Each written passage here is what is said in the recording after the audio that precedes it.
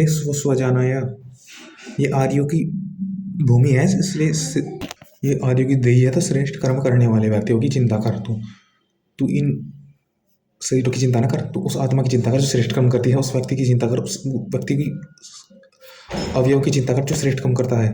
प्रथम यह मरने मारने का विचार छोड़ दे और जो मर रहा है क्यों मर रहा है यह बात का सर्वथा विचार कर, उस श्रेष्ठ कर्म करने वाले की चिंता कर। किसी लक्ष्य को तक पहुंचना, नपा गिनना, नपा नुपाया तुलना, किसी का स्वरूप बता देना सांख्य का काम वहां तक पहुंचाने के लिए योग दर्शन है। स्वरूप सांख्य बताता है और पहुंचाने का मार्ग योग दर्शन बताता है। जैसे कि तब क्रिया स्वाध्याय ईश्वर परिणाधान है, क्रिया योग क्या है, मार्ग बताया है।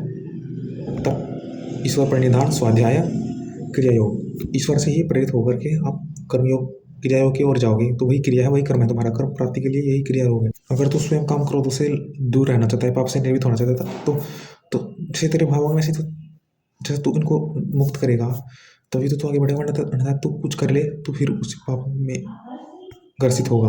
इसलिए पाप निवृत्ति के लिए तुझे सुख दुख से दूर हटना पड़ेगा। जय अजय की चिंता से, भय से मुक्त होकर के तुझे यथा युद्ध लड़ना चाहिए। देखो तुझे पाप से निवृत्त होना है ना, तो अर्थात तू भी अगर काम लोभ से निवृत्त होने के लिए ईश्वर प्रेम भक्ति प्राप्ति के साधन है, ईश्वर साधन है, ईश्वर का सानिध्य साधन है, ईश्वर की प्राप्ति का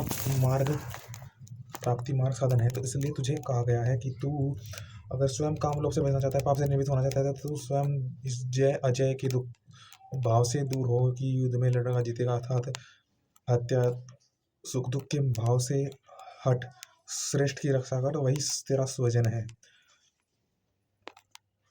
तो एक क्रिया योग से तुझे योग दर्शन पहुंचेगा, तो क्रिया योग ही बताया कर, कर्म करने के लिए यही कर्म करना है। क्रिया योग है कि जो तुम्हारा धर्म है उस धर्म में को बताते हुए करते हुए कि तुम स्वयं उस अधर्म में ना पहुंचो, इसलिए तुम्हें कुछ कर्म करना पड़ता है। कि मैं पढ़ा रहा हूँ, मैं स्वयं पढ़ने के लिए तुम्हें इतना परिपक्व होना चाहिए कि तुम्हें सुख दुख के कोई भी मोह न हो, मोह लालच ना हो, तुम्हें इत्यादि भाव तुम में न हो। इसलिए तुम्हें ऐसा परिपक्व बनना है कि तुम स्वयं रक्षा करने वाले, न्याय की रक्षा करने वाले, तुम अधर्म के ठेकेदार ना हो, तुम धर्म के ठेकेदारी हो तुम पर,